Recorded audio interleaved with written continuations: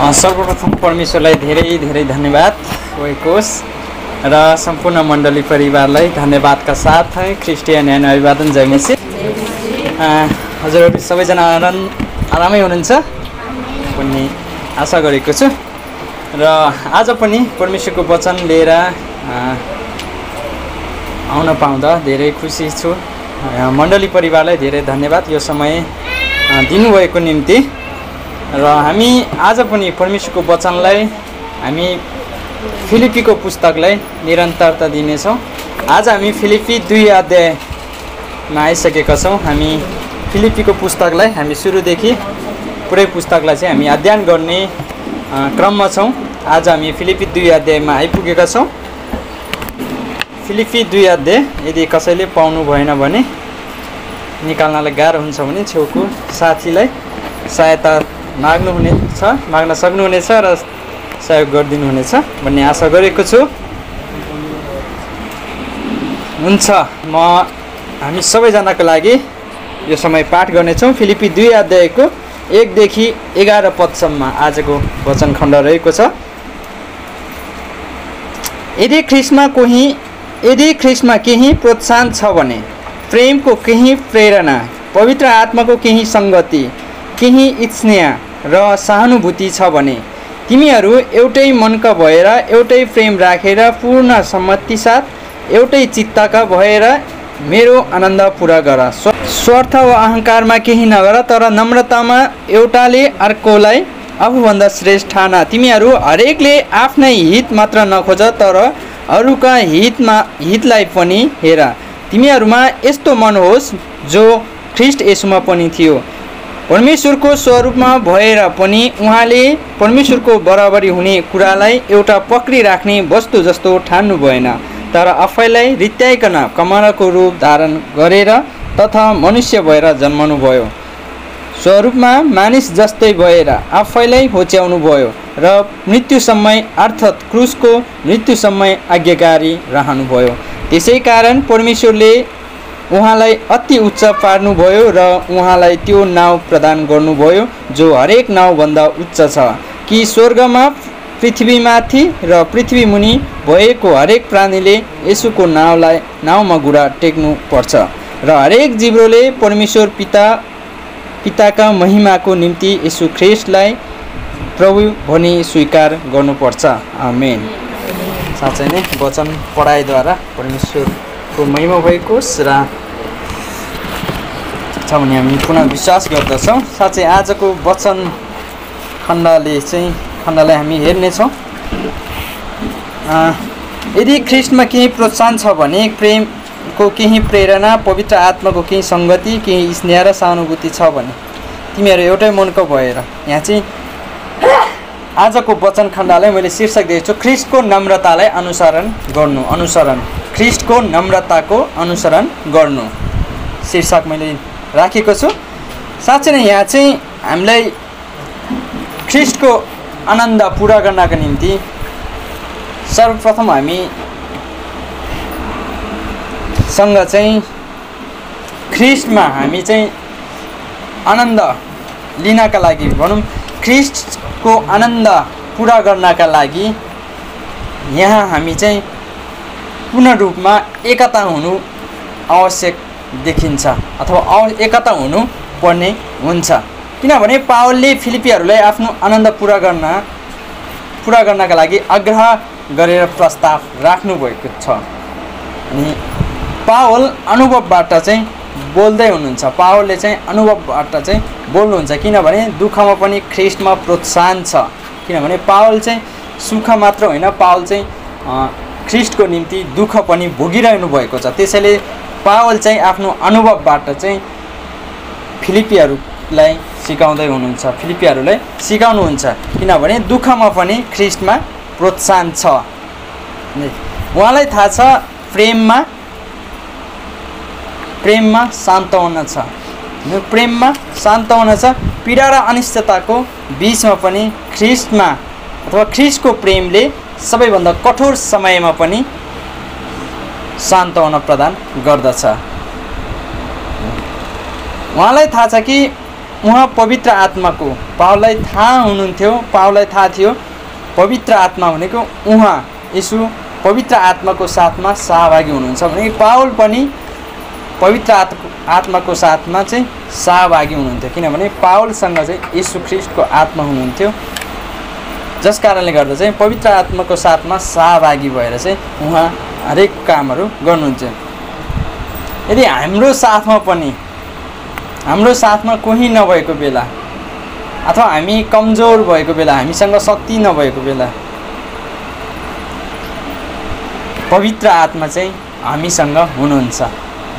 पवित्र आत्मा चाहिँ हामीसँग हुनुहुन्छ किनभने हामी परमेश्वरको जन भएको हुनाले येशू ख्रीष्ट हामीसँग हुनुहुन्छ, पवित्र आत्मा चाहिँ हामीसँग हुनुहुन्छ र पवित्र आत्मा चाहिँ हाम्रो लागि लड्दै हुनुहुन्छ। हाम्रो आत्मिक युद्धमा चाहिँ सहभागी भएर चाहिँ हाम्रो लागि लड्दै हुनुहुन्छ। येशूको प्रेमलाई हामीले बुझिसके पछाडि, अब येशूको प्रेमलाई अथवा येशूलाई चिनिसके पछाडि, येशूको बाटोले हिँड्न थालेपछि, येशूको प्रेमलाई चिनिसके पछाडि, बुझिसके पछाडि चाहिँ हामी ख्रीष्टमा आनन्द पाउनको लागि हामी एकतामा रहनुपर्छ। ख्रीष्टको प्रेमलाई बुझिसके पछाडि हामी एकतामा राख्नुपर्छ। अहिले हामी शरीरमा छौँ, शरीरमा एकता हुनु आवश्यक छ। शरीरमा एकता हुनु त छँदैछ, किनभने हामी शरीरमा छौँ। शरीरको एकता मात्र नभइकन हामी पवित्र आत्माको सङ्गतिमा एकता हुनु आवश्यक छ। पवित्र आत्माको सङ्गतिमा हामी एकता हुनु आवश्यक छ र ख्रीष्टको प्रेमलाई चाहिँ बाँड्नका निम्ति, एक अर्कासँग साट्नका निम्ति, बाँड्नका लागि चाहिँ ख्रीष्टको प्रेममा एकता हुनु आवश्यक छ। परमेश्वरको वचनमा र एक मन भएर अनि पुनः सहमतिमा रहेर चाहिँ हामी एकता हुनु, यी कुराहरूमा चाहिँ हामी एकता हुनु आवश्यक छ।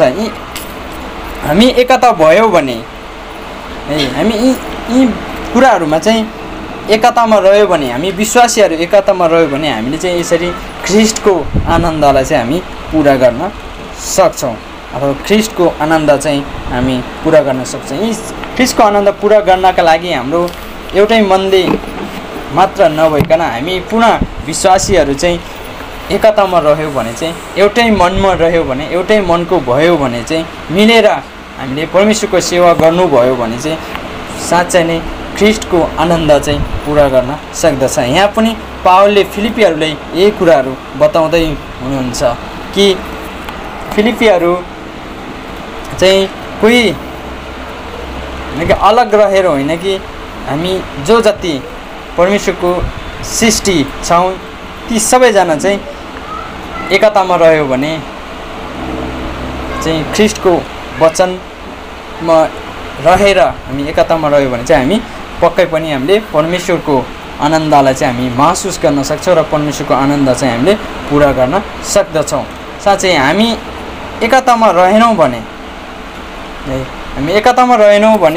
हामी एक्लै भनौँ न एउटा घमण्डी साथ चाहिँ मलाई कसैको साथ चाहिँदैन, मलाई कसैको सहयोग चाहिँदैन अथवा मलाई कोही चाहिँदैन भनेर यसरी हामी टाढिएर अलग रहेर हिँड्यौँ भने अथवा बस्यौँ भने चाहिँ साँच्चै नै यी परमेश्वरको आनन्द चाहिँ हामीले महसुस गर्न सकिँदैन अथवा परमेश्वरको आनन्दलाई चाहिँ हामीले पुरा गर्न सकिँदैन। यहाँ वचनले भन्दछ आनन्द पुरा गर।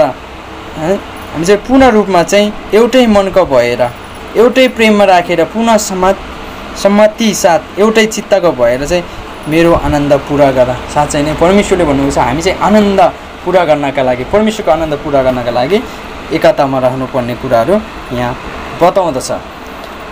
हामीलाई यी कुराहरू, एकताको कुरा गर्दाखेरि हामीलाई धेरै कुराहरू आउन सक्छ हाम्रो मनमा अथवा हामीलाई चुनौतीपूर्ण प्रश्नहरू हुनसक्छ। यहाँ मैले केही प्रश्नहरू भन्छु के मेरो व्यक्तित्वले अथवा के हाम्रो व्यक्तित्व, मेरो व्यक्तित्वले अरू र विशेष गरी मण्डलीको निर्माण भएको छ। जस्तै हामी एकतामा त रहने कुरा गर्छौँ, एकताको कुरा गर्छौँ भने यदि मेरो कारणले, मेरो व्यक्तित्व अथवा मेरो व्यक्तिगत कुराले चाहिँ के मण्डली र अरू व्यक्तिहरूको चाहिँ निर्माण भएको छ अथवा अरू व्यक्तिहरूले चाहिँ निर्माण भइरहेको छ, मण्डलीमा के त्यस्तो किसिमको सेवा पुर्याइरहेको छ, सेवा पुगिरहेको छ भन्ने कुरा हाम्रो प्रश्नहरू चाहिँ गर्नुपर्ने देखिन्छ। अथवा के म सुसमाचारको खातिर अथवा सुसमाचारलाई मेरो प्राथमिकतामा राखेको छ हुन्छ। हामीले आफूले गर्ने प्रश्नहरू हो यिनीहरू। यो प्रश्नहरू चाहिँ के मानिसहरू मसँग समय बिताएर के मानिसहरू चाहिँ हामीसँग समय बिताएर चाहिँ उत्साह महसुस गर्नुभएको छ। जस्तै हामीसँग अरू कुनै व्यक्तिहरू भेट्दा अथवा हामीसँग समय बिताएर अरू व्यक्तिहरूले हामीसँग भेटे पछाडि के उनीहरूले उत्साहित भएको महसुस गर्नुभएको देख्नु भएको छ अथवा सुन्नु भएको छ। अनि यी कुराहरू चाहिँ हामीले प्राप्त गर्न सक्नुपर्छ अथवा यिनी कुराहरू चाहिँ हामीले दिन सक्नु पर्दछ है। हामी स्वार्थ वा अहङ्कारमा केही नगर तर नम्रतामा एउटाले अर्कोलाई आफूभन्दा श्रेष्ठ ठान। स्वार्थ वा अहङ्कारमा केही नगर, स्वार्थ आफ्नो स्वार्थको लागि मात्रै अरूको सेवा नगरौँ। हामीले ख्रिस्टको सेवा नगरौँ। हामी शरीरमा छौँ, विभिन्न किसिमका संसारमा छौँ, पृथ्वीमा छौँ, जस कारणले गर्दा हामी धेरै कुराहरू चाहिँ हामीमा आउन सक्छ, स्वार्थी भावनाहरू उब्जाउन सकिन्छ। यतिखेर हामी कुनै स्वार्थ वा अहङ्कारमा चाहिँ केही नगर। ख्रिस्टको यो चाहिँ एउटा ख्रिस्टको वचन विरुद्ध गरिने क्रियाकलापहरू हो। जस कारणले गर्दा यी स्वार्थ वा अहङ्कार पूर्ण कुराहरू चाहिँ कामहरू चाहिँ नगरौँ, आफ्नो स्वार्थको लागि नगरौँ। हामीले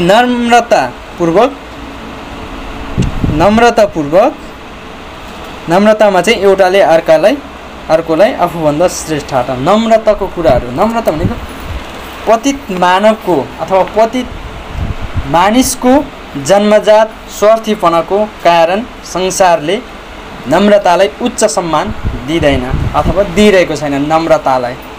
किनभने मानिस पापी भएको कारणले, पतित मानवको जन्मजात यो स्वार्थीपनको कारणले नम्रतालाई चाहिँ उच्च सम्मान दिएको छैन। तैपनि बाइबलका परमेश्वर केन्द्रित मानवको दृष्टिकोणमा, बाइबलका मानव केन्द्रित परमेश्वर केन्द्रित भनेको परमेश्वरलाई पछ्याउने व्यक्तिहरूले चाहिँ अथवा परमेश्वरको वचनलाई मान्ने व्यक्तिहरूले चाहिँ अथवा परमेश्वरका जनहरूले चाहिँ नम्रतालाई उच्चतम महत्त्व दिँदछ। नम्रतालाई चाहिँ उच्च राख्नुभएको छ अथवा सम्मान दिनुहुन्छ। अब नम्रतालाई हामी नम्रतामा घमण्ड नगरौँ, किनभने हामी ख्रिस्टको व्यक्तिहरू हुन्। हामी जन्मजात स्वार्थीपना भए तापनि अब ख्रिस्टको त्यो पुरानो स्वभावलाई हामीले त्यागिसकेको हुनाले, हामी अब ख्रिस्टको परमेश्वर केन्द्रित मानव भएको हुनाले, परमेश्वरको ज्ञान पाइसकेको हुनाले हामीले नम्रतालाई चाहिँ उच्चतम महत्त्व दिनुपर्दछ। हामीले उच्चमा राख्नु पर्दछ। हामीले नम्रतामा घमण्ड गर्न छोड्नु पर्दछ। नम्र हुनुको अर्थ हामी हाम्रा कमजोरीहरूप्रति सचेत हुनु हो। नम्र हुनु भनेको हामी हाम्रो कमजोरीहरूप्रति सचेत हुनु र हामीले हासिल गरेको सफलताको श्रेय फल चाहिँ तुरुन्तै परमेश्वर र अरूलाई दिनु हो। नम्र हुनु चाहिँ हाम्रो कमजोरीहरूप्रति चाहिँ सचेत हुनु हो। हामी कुनै एक आपसमा हाम्रो बोलीहरू कुरा गर्ने क्रममा हाम्रो एक आपसमा बोलीहरू ठोकिन जान्छ। एउटाले आफै ठुलो भन्छ, अर्कोले अर्को, सबैले आफ्नै ठाउँमा आफै ठुलो आफ्नै जितेका कुराहरू गर्न पुग्दछ। त्यतिखेर हामीले चाहिँ आफ्नो कमजोरहरूलाई पत्ता लगाउने अथवा मेरो कमजोरी चाहिँ यो रहेछ भनेर हामी सचेत हुनुपर्ने कुरा हो। नम्रता भनेको दुइटै कठोर भयो भने त्यहाँ अरू पनि कुराहरू घटनाहरू घट्न सक्छ। त्यसैले हामी नम्रतामा रहनु पर्दछ है, नम्रता हुनुपर्दछ। नम्रताले चाहिँ हाम्रो कमजोरीलाई चाहिँ सचेत गराउँछ अथवा हाम्रो कमजोरीहरूले चाहिँ फेरि सुधार्ने मौका, हाम्रो गल्तीहरूले चाहिँ फेरि सुधार्ने मौका मिल्दछ। यसरी चाहिँ हामी चाहिँ नम्रता हुनु पर्दछ।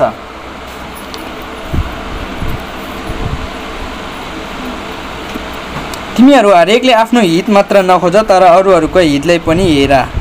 साँच्चै नै यहाँ चाहिँ हामी आफ्नो हितको लागि, आफ्नो लागि मात्र नभइकन अरूहरूको लागि अरूहरूको हितलाई पनि हेर, अरूहरूको निम्ति पनि हामीले हेर्नुपर्छ। हामी साँच्चै हामी आफ्नो लागि मात्रै बाँच्ने कोसिस गर्छौँ भने अब हामी चाहिँ आफ्नो लागि मात्र होइन अरूको हितको लागि पनि काम गरौँ।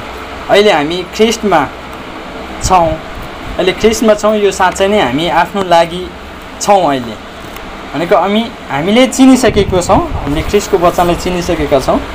अब हामी आफ्नो हितलाई मात्र, आफूले त अब भनौँ न ख्रिस्टलाई चिनिसक्यो, अब अरूलाई चाहिँ अरूले चिनोस् नचिनोस् त्यो हामीलाई मतलब भएन, मतलब छैन भनेर चाहिँ हामी नजिउँ। यो कुराहरू चाहिँ हामी आफूले चिनिसके पछाडि यो चाहिँ आफ्नो हितको लागि भयो भने अब हामी अरूको हितको लागि भन्नु, अरूले पनि मुक्ति पाउन् अथवा अरूले पनि स्वर्गीय राज्यमा जानका लागि बाटो देखाउने काम चाहिँ हाम्रो भएको हुनाले हामीले अरूको हितको लागि पनि यी कामहरू गर्न सकिन्छौँ।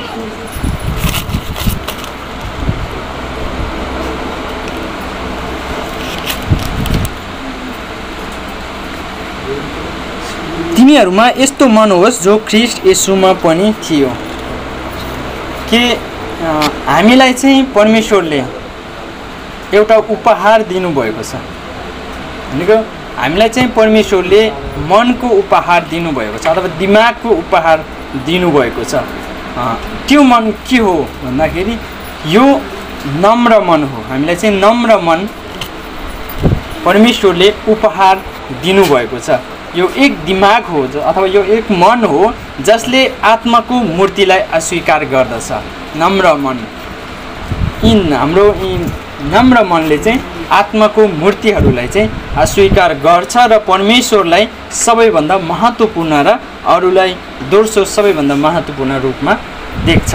परमेश्वरलाई चाहिँ हाम्रो यी नम्र मनले चाहिँ परमेश्वरले दिनुभएको उपहार, हाम्रो मनले चाहिँ नम्र मनले चाहिँ परमेश्वरलाई सबैभन्दा उच्च राख्दछ, सबैभन्दा महत्त्वपूर्ण रूपमा राख्दछ भने अरूलाई चाहिँ दोस्रो परमेश्वरभन्दा तलको व्यक्ति अथवा मानिस अरू कुराहरू थोकहरूलाई चाहिँ दोस्रो दर्जामा चाहिँ राख्नुहुन्छ। दोस्रो महत्त्वपूर्ण परमेश्वर पछिको महत्त्वपूर्ण रूपमा हामी देख्दछौँ।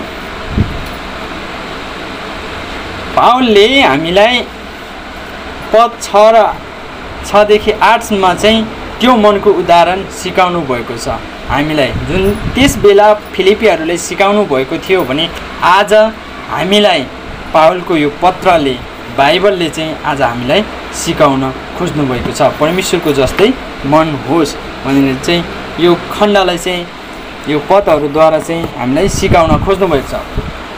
6 मा यसो परमेश्वरको स्वरूपमा भएर पनि उहाँले परमेश्वरको बराबरी हुने कुरालाई एउटा पक्रिराख्ने वस्तु जस्तो ठान्नु भएन, तर आफैलाई रित्याइकन कमाराको रूप धारण गरेर तथा मनुष्य भएर जन्मनु भयो। स्वरूपमा मानिस जस्तै भएर आफैलाई होच्याउनु भयो र मृत्युसम्म अर्थात् क्रुसको मृत्युसम्म आज्ञाकारी रहनुभयो। परमेश्वरको स्वरूपमा भएर येशू चाहिँ परमेश्वरको स्वरूपमा भएर जन्मनु भयो, मानिसको रूपमा मानिस भएर जन्मनु। येशू परमेश्वरको स्वरूपमा भएर भन्नाले चाहिँ हामी बुझ्न सक्छौँ येशू ख्रिस्ट सधैँ परमेश्वर हुनुहुन्छ। येशू ख्रिस्ट चाहिँ परमेश्वर हुनुहुन्छ, सधैँ परमेश्वर हुनुहुन्छ। पृथ्वीमा उहाँले बिताउनु भएको समयमा त्यसभन्दा अघि र त्यसभन्दा पछि पनि उहाँको पिताको बराबरी हुनुहुन्छ। अथवा येशू चाहिँ पिता बराबर अथवा परमेश्वर हुनुहुन्छ, किनभने येशू ख्रिस्ट मानिसको रूपमा पृथ्वीमा आउनुभयो अथवा संसारमा जन्मनुभयो, मानिसको रूपमा जन्मनुभयो। येशूले चाहिँ पृथ्वीमा भोग्नु भएको समय अथवा बिताउनु भएको समय र अघि पछि चाहिँ भएको समयमा चाहिँ परमेश्वर पिता बराबरी हुनुहुन्छ। ख्रिस्टले परमेश्वरको बराबरी हुने कुरालाई एउटा पक्रिराख्ने वस्तु जस्तो ठान्नु भएन। हुनाले ख्रिस्टले चाहिँ परमेश्वरको बराबरी, यहाँ वाक्य छ परमेश्वरको बराबरी हुने कुरालाई एउटा पक्रिराख्ने वस्तु जस्तो ठान्नु भएन। चाहिँ ख्रिस्टले येशूले चाहिँ परमेश्वरको बराबरी हुने कुरालाई एउटा पक्रिराख्ने वस्तु जस्तो ठान्नु भएन। यहाँ यो वाक्यलाई चाहिँ हामी पृथ्वीमा भएका उद्धार गर्नका लागि उहाँले स्वर्गमा भएको आफ्नो विशेष अधिकार र महिमा त्याग्नु भयो भन्ने अर्थ दिन्छ। पक्रिराख्ने वस्तु जस्तो भनेको येशूले परमेश्वर बराबरी हुने कुरालाई चाहिँ एउटा पक्रिराख्ने वस्तु जस्तो ठान्नु भएन है, पक्रिराख्नु भएन। किनभने यो अर्थलाई, यो वाक्यको अर्थलाई हामी बुझ्न सक्छौँ। हामी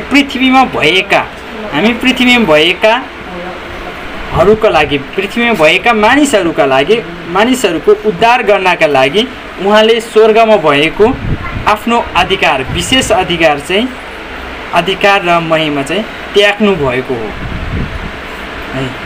यदि उहाँले कुनै वस्तु पक्रिराख्ने वस्तु जस्तो ठान्नु भएको भए साँच्चै येशू चाहिँ हामी पृथ्वीमा भएका मानिसहरूलाई बचाउनका निम्ति चाहिँ पृथ्वीमा चाहिँ पुत्र भएर चाहिँ आउनुहुन्न थियो होला है। समात्नु पक्रिराख्ने वस्तु ठानेर चाहिँ बस्नु भएको भए यो कुरालाई चाहिँ हामीले यसरी बुझ्न सकिन्छ।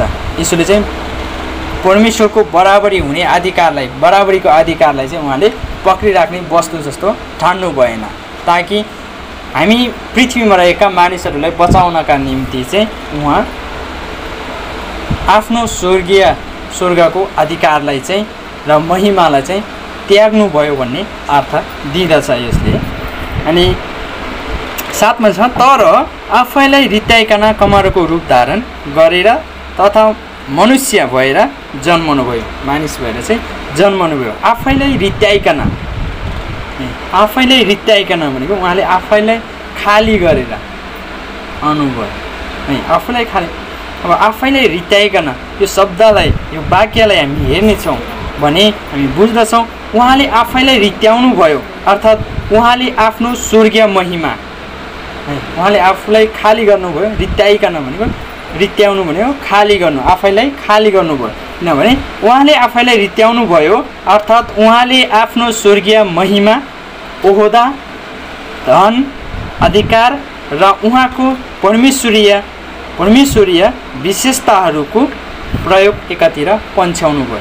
उहाँले रित्याउनु भयो, उहाँ खाली हुनुभयो भनेको उहाँ चाहिँ पृथ्वीमा चाहिँ खाली भएन, तर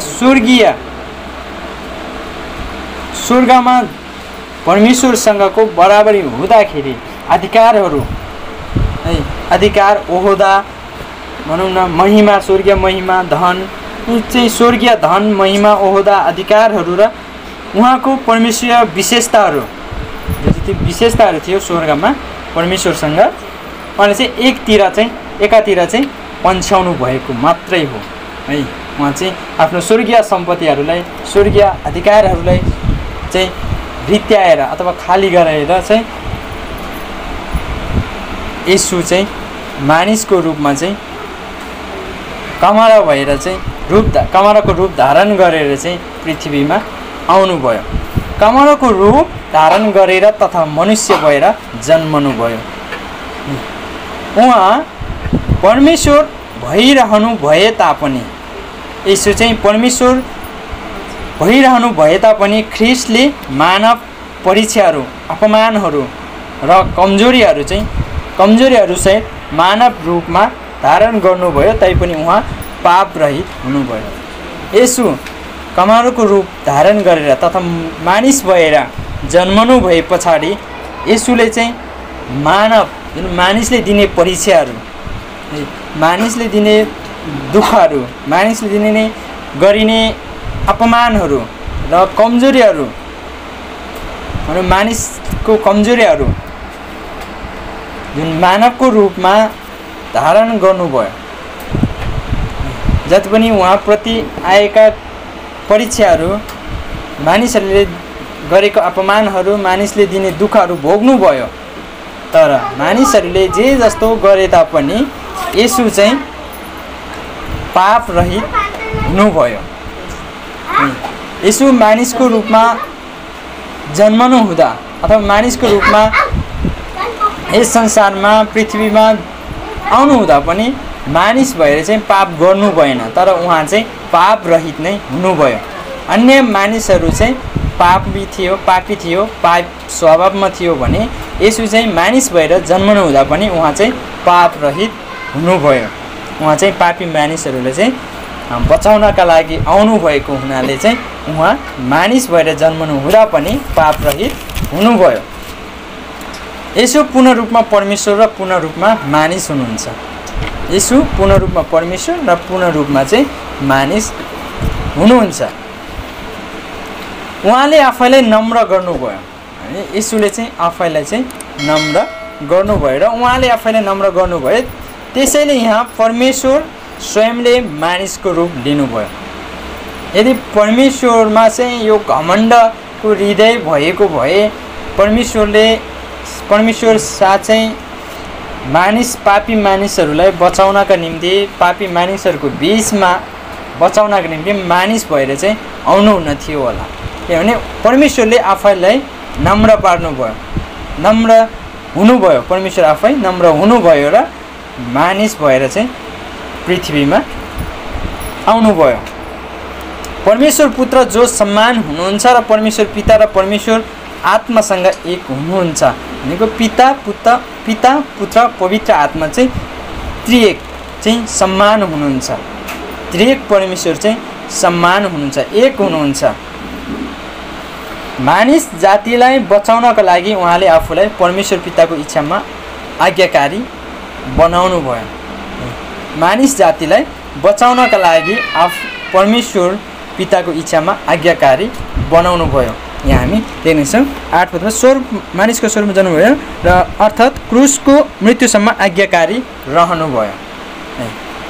मानिस जातिलाई बचाउनका लागि उहाँले आफूलाई परमेश्वर पिताको इच्छामा आज्ञाकारी बनाउनु भयो। त्यो आज्ञाकारिताको अर्थ स्वर्ग छोड्नु मात्र होइन। आज्ञाकारिताको भने चाहिँ परमेश्वरको आज्ञामा रहेर चाहिँ संसारमा आउनुभयो। तर यो आज्ञाकारिताको अर्थ यो होइन कि स्वर्ग छोड्नु मात्रै आज्ञा होइन, अथवा स्वर्गबाट पृथ्वीमा आउनु मात्रै आज्ञाकारी होइन भन्ने बुझिन्छ भने यसको अर्थ कठिन मानव जीवन जिउनु हो। त्यो आज्ञाकारिताको अर्थ स्वर्ग छोड्नु मात्र होइन, यसको अर्थ कठिन मानव जीवन जिउनु हो। हामी मानव जीवन जिइरहेको छ, हामीलाई थाहा छ मानव जीवन कस्तो हुन्छ, कठिन हुन्छ, गाह्रो छ। पीडादायी मृत्यु भोग्नु, संसारका पापहरू र तिनीहरूको असहनीय परिणामहरू लिनु हो। क्रुसमा मर्दासम्म पनि उहाँ आज्ञाकारी हुनुभयो। यसो चाहिँ क्रुसमा मर्दासम्म आज्ञाकारी हुनुभयो। क्रुस स्वर्गलाई छोडेर आउनुभयो र मानिसको जीवन कठिन मानिसको जीवन जिउनुभयो र परिणामहरू भोग्नुभयो। है पापहरूको संसारमा रहेका पापहरू र तिनीहरूको असहनीय परिणामहरू पनि, पापको परिणामहरू पनि भोग्नुभयो। त्यसकारणले त्यसपछि पनि येशूले क्रुसमा मर्दासम्म पनि परमेश्वरको आज्ञाकारी हुनुभयो। येशूले हामीलाई हाम्रो लागि आफूलाई नम्र गर्न पर्याप्त माया गर्नुभयो। उहाँको नम्रता उहाँका मानिसहरूको प्रेमको लागि चिन्ह थियो। साँच्चै हामीलाई नम्र तुल्याउनका लागि, हामीलाई नम्र बनाउनका लागि येशूले हामीलाई पर्याप्त मात्रामा प्रेम गर्नुभयो। येशूले चाहिँ हामी मानिसहरूलाई नम्र तुल्याउनका लागि उहाँले चाहिँ धेरै प्रेम गर्नुभयो, पर्याप्त मात्रामा धेरै प्रेम गर्नुभयो। उहाँको नम्रता उहाँको मानिसहरूको लागि एउटा प्रेमको चिन्ह पनि हो, चिन्ह थियो। आज्ञाकारी हामीलाई आजको वचनमा धेरै यहाँ चुनौतीहरू देखा पर्दछ, अथवा चुनौतीहरू चाहिँ दिनुभएको छ। पहिलो कुरो त हामी एकतामा रहनु पर्यो। एकतामा रहने चुनौती हाम्रो निम्ति छ, हाम्रो लागि छ भने अर्को हाम्रो निम्ति प्रेममा रहनुपर्ने कुरा, हामी चाहिँ एक अर्कामा रहनुपर्ने प्रेमको कुराहरू हाम्रो चुनौती छ। हामी अहिले चाहिँ नम्रताको कुरा आउँदछ। अर्को चाहिँ हामी यहाँ देख्छ अब नम्रताको कुरा छ। मुख्य कुरा चाहिँ हामी ख्रीष्टको नम्रतालाई हामीले धारण कसरी गर्ने। आजको वचन शीर्षक अनुसार नै हामीले ख्रीष्टको नम्रताको अनुसरण गर्नु, ख्रीष्टको नम्रतालाई हामीले पछ्याउनु, हामीले चाहिँ ख्रीष्टको नम्रतालाई चाहिँ हाम्रो व्यवहारमा लागू गर्नु भन्ने हामी बुझिन्छ। हामीलाई पद 5 देखि 8ले येशूको अपमान अथवा येशूलाई होच्याएको हामी वर्णन गरेको हामी वर्णन गर्दछ अथवा येशूलाई होच्याएको हामी देख्दछौँ भने पद 9 देखि 11ले चाहिँ उहाँको उच्चतमको वर्णन गर्दछ। येशूलाई चाहिँ उचालिएको कुराहरू चाहिँ हामी वर्णन उचाल्नु भएको कुराहरू चाहिँ हामी यहाँ देख्न सकिन्छ। 9 पदमा त्यसै कारण परमेश्वरले उहाँलाई अति उच्च पार्नुभयो। साँच्चै परमेश्वरले चाहिँ येशूलाई अति उच्च पार्नुभयो, किनभने येशू चाहिँ परमेश्वरको आज्ञामा आज्ञाकारिता हुनुभयो, आज्ञामा रहनुभयो, जस कारणले गर्दा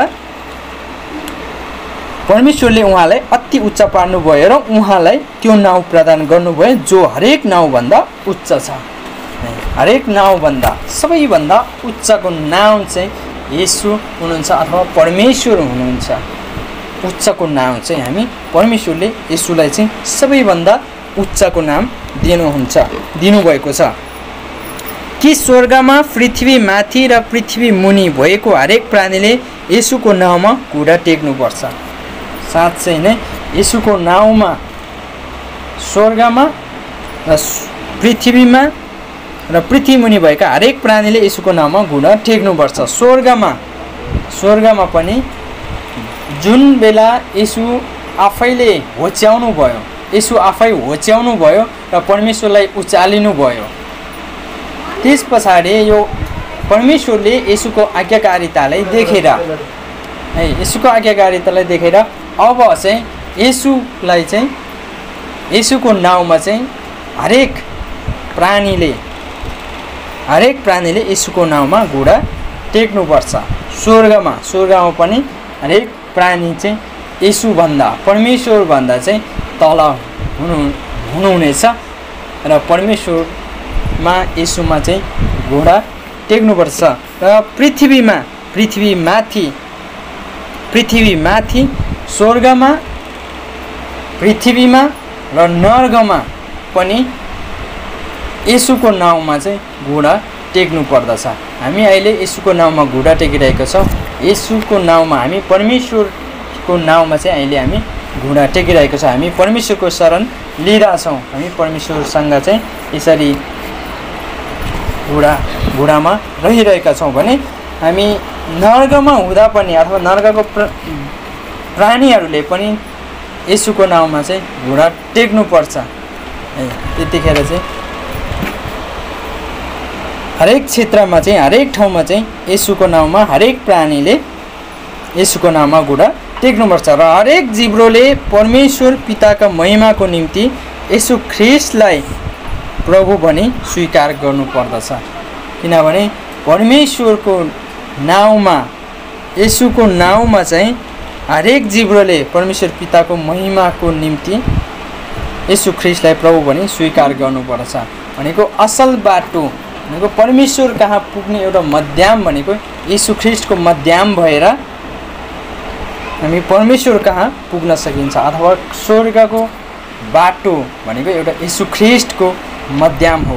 येशू ख्रीष्टको बाटो भएर चाहिँ हामी स्वर्गमा हामी पुग्न सकिन्छौँ। भने कुनै पनि बाटो छैन, येशू ख्रीष्ट बिना कुनै पनि बाटो छैन। जो स्वर्ग पुग्ने बाटो चाहिँ येशू ख्रीष्टको बाटो मात्रै हो। येशू ख्रीष्टलाई पछ्याउनेहरूले मात्रै स्वर्गीय अथवा परमेश्वर कहाँ पुग्न सकिन्छ। हरेक जिब्रोले परमेश्वरको महिमा गर्नेछ। परमेश्वरको महिमा अहिले हामी जसरी हामीले गरिरहेका छौँ, तर हरेक जिब्रोले, हरेक सास हुने हरेक प्राणीले चाहिँ परमेश्वरको महिमा गर्नु पर्दछ। है यसरी परमेश्वरको महिमा गर्नका लागि चाहिँ येशू ख्रीष्टको नामलाई चाहिँ स्वीकार गर्नुपर्छ।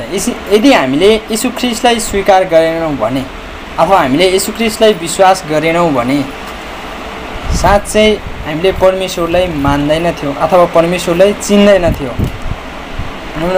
येशू ख्रीष्टको मध्याह्नद्वारा हामीले परमेश्वरको वर्णन गर्न पाएका छौँ अथवा परमेश्वरको सृष्टिलाई चाहिँ हामीले देख्न पाएका छौँ। हामीले आजको यी वचन खण्डले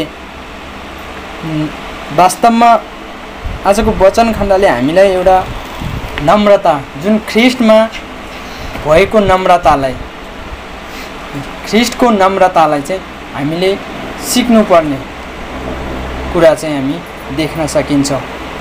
ख्रिस्टको नम्रताको व्यवहारलाई हाम्रो जीवनमा, हाम्रो क्रिस्चियन जीवनमा चाहिँ हामीले लागू गर्नुपर्ने कुराहरू चाहिँ आजको यी वचन खण्डले हामीलाई सिकाउँदछ। साँच्चै आजको वचन खण्डले हामीलाई त्यस्तो कुनै ठोस त्यस्तो हामीले गर्नै नसकिने कुराहरू चाहिँ हामी यहाँ पाउन सकिँदैनौँ, हामीले पाउँदैन। हामीले जुन गर्न सकिने कुराहरू नै छ। यसरी चाहिँ पावलले पनि फिलिप्पी मण्डलीहरूले यी कुराहरूद्वारा चाहिँ नम्र तुल्याउनु भएको छ। यदि पावलले यो फिलिप्पी मण्डलीहरूलाई यसरी नम्रता येशूख्रिस्टको जीवनद्वारा नम्र हुने कुराहरू सिकाउनु नभएको भए, नम्रता हुने कुराहरू नसिकाउनु भएको भए साँच्चै त्यतिखेर फिलिप्पीहरूले पनि गर्न सक्थ्यो होला नि। अथवा पावलको निम्ति पावल जेल खानामा पुग्दाखेरि फिलिप्पीहरूले नि अहिलेको जुन हाम्रो समाजमा जस्तै ढुङ्गामुढा गर्न सक्थ्यो होला नि, हैन? विभिन्न आन्दोलन गर्न सक्थ्यो होला, विभिन्न दबाबहरू दिन सकिन्थ्यो होला। तर परमेश्वरको नम्रतालाई, ख्रिस्टको नम्रतालाई चाहिँ पावलले चाहिँ आफ्ना चेलाहरू भनौँ न, पावलले चाहिँ फिलिप्पीहरूले यसरी नम्रताको कुराहरू, ख्रिस्टको जीवनलाई, ख्रिस्टको नम्रतालाई यसरी सिकाउनु भएको छ। आज हाम्रो लागि पनि, हामीलाई पनि ख्रिस्टको जीवनद्वारा हाम्रो जीवन कसरी नम्रता हुने, ख्रिस्टको नम्रतालाई हाम्रो जीवनमा चाहिँ कसरी लागू गर्ने, हाम्रो कठोर हृदयलाई चाहिँ नम्र तुल्याउनका लागि, नम्र बनाउनका लागि चाहिँ आज यो वचनद्वारा चाहिँ परमेश्वरले हाम्रो निम्ति चाहिँ आजको वचन दिनुभएको छ। यसरी चाहिँ हामीले आफ्नो जीवनलाई ख्रिस्टले, परमेश्वरले यति हाम्रो निम्ति गर्नुभएको छ भने हामी आफ्नो जीवनलाई, आफ्नो लागि हामी नम्रता तुल्याउन हामी तत्पर तयार हुनुपर्छ। हाम्रो मनलाई परिवर्तन गर्नुपर्छ। हाम्रो मनलाई चाहिँ परमेश्वरले दिनुभएको यो उपहार, यो मनलाई चाहिँ हामीले नम्र तुल्याउनु पर्छ, नम्र बनाउनु पर्छ।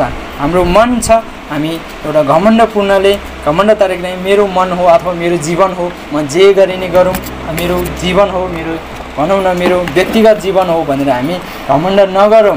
हामी आफ्नो हितको लागि मात्रै होइन, अरूको हितको लागि पनि हामी काम गरौँ। अरूको हितको लागि हामी स्वार्थमा मात्र केही नगरौँ, स्वार्थको लागि मात्र होइन, हामी निस्वार्थ भावनाले पनि हामी गर्ने गरौँ। साँच्चै नै आजको वचनले हामीलाई चुनौतीहरू दिँदछ। यी चुनौतीहरू दिँदछ, अघि नै मैले भनिसकेँ, हाम्रो जीवनमा आजको वचनले धेरै चुनौतीहरू दिँदछ। हामी क्रिस्चियन जीवनमा, हामी क्रिस्चियन मण्डलीको लागि हामीलाई यी चुनौतीहरू दिँदछ। हामी एकतामा रहनुपर्ने, एकताको चुनौती हाम्रो निम्ति छ भने अर्को प्रेम, हामीले गर्नुपर्ने प्रेमको कुराहरू, हामी धेरै पटक हामी प्रेमको कुराहरू गरिरहेका हुन्छौँ। बाइबलमा धेरै पटक चाहिँ प्रेम शब्द चाहिँ उच्चारण भएको छ। त्यस कारणले हामीलाई प्रेम चाहिँ धेरै आवश्यक छ।